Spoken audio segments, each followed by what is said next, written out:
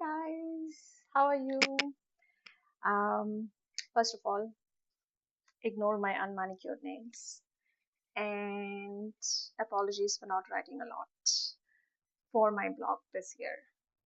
It is kind of challenging to juggle between full-time working and writing, and all the more because I'm in the process of finishing my second book and publishing through KDP, Amazon.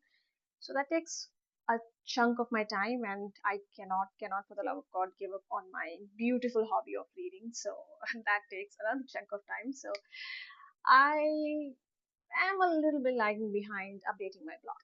So I thought I'll make a quick video about the book that I'm reading right now. So let's get to it. All right. Also, this is a front camera, so you're gonna see it like this, and I hope you can make it. It's David Baldacci's No Man's Land. So this is the book I'm reading right now. I started today, and I'm a pretty fast reader, so in an hour I can finish about 40 pages. But this is not the book that we are going to talk about. We are going to talk about my current obsessive author in my list. So, Murakami. Haruki Murukami, he's a Japanese author whose books were written, I'm guessing, about before the 2000, like 70s, 80s, and all. He is from that era, and his books were translated into English. So these are the three books that I purchased from Bombay in 2024. Yeah, and I've read all of them. The first one that I read was The Elephant Vanishes. It's an amalgamation of short stories. And the second one I read was Norwegian Wood. Definitely recommend this one. And the third one, which very recently I finished last night, was The Wild Sheep Chase. So, to be honest with you guys, Murakami, when I first started with the book Elephant Vanishes, it didn't really take my attention as much, but since I was like, okay, I've started a book, so I need to finish it, and also this guy is famous for a reason, so let me give him a fair chance. I finished the book, wasn't very impressed, but then again, I'm a mere reader. Who am I to judge a super famous author like Murakami? I took a big break for about like a year and a half, and I read lots of other books. And then last month, I picked up Norwegian Wood. My sister is also into reading, and she was reading this, and she said that, okay, I'm reading Norwegian Wood. Have you heard the song by Beatles? I didn't even know until then that it's a Beatles song. Anyway, long story short, I started reading this, and I would say this grabbed my attention. Uh, for one thing, that it has a plot, but not like a thriller or a suspense, or there's a central character who's trying to go through problems and troubles, and to reach this ultimate solution, like usually like a theme of plot, which Murakami's book kind of lack. Well, I've read only three, so I can't comment holistically, but the three books that I've read, he has a super laid back style of writing. So anyway, coming back to this book, it is very emotional. It has the central, I mean, all his books are based in Japan, so the scenes and the cities and everything, and I think I'm very much inspired to travel to Japan after reading his books.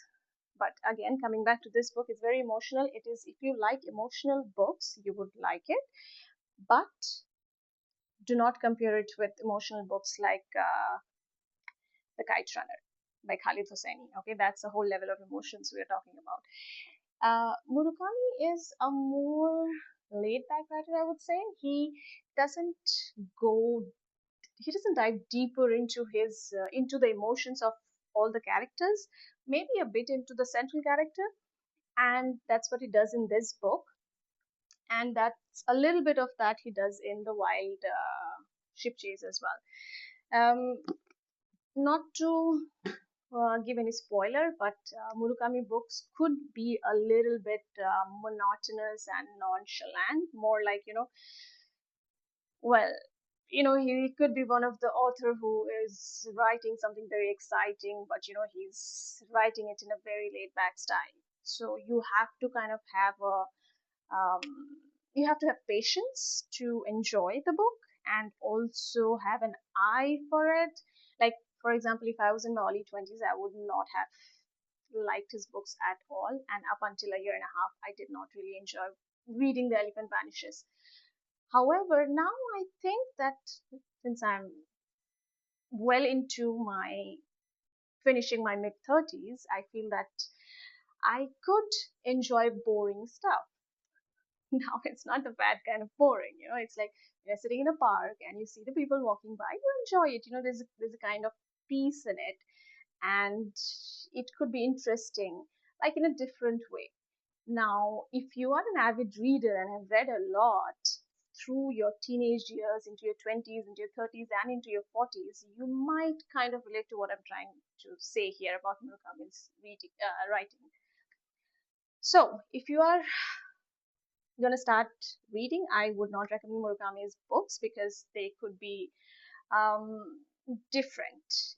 They could take time for you to register with the characters and with the plot and everything. However, if you are an avid reader and you haven't started with Murakami's books yet, I would strongly suggest please do. He's a different kind of author completely, and he's super unique writing. Like it's very vanilla writing. There's not a lot of, like, it's a very relaxed writing, like something that you may not be page turner, but it would be. Sorry, I think my husband is coming.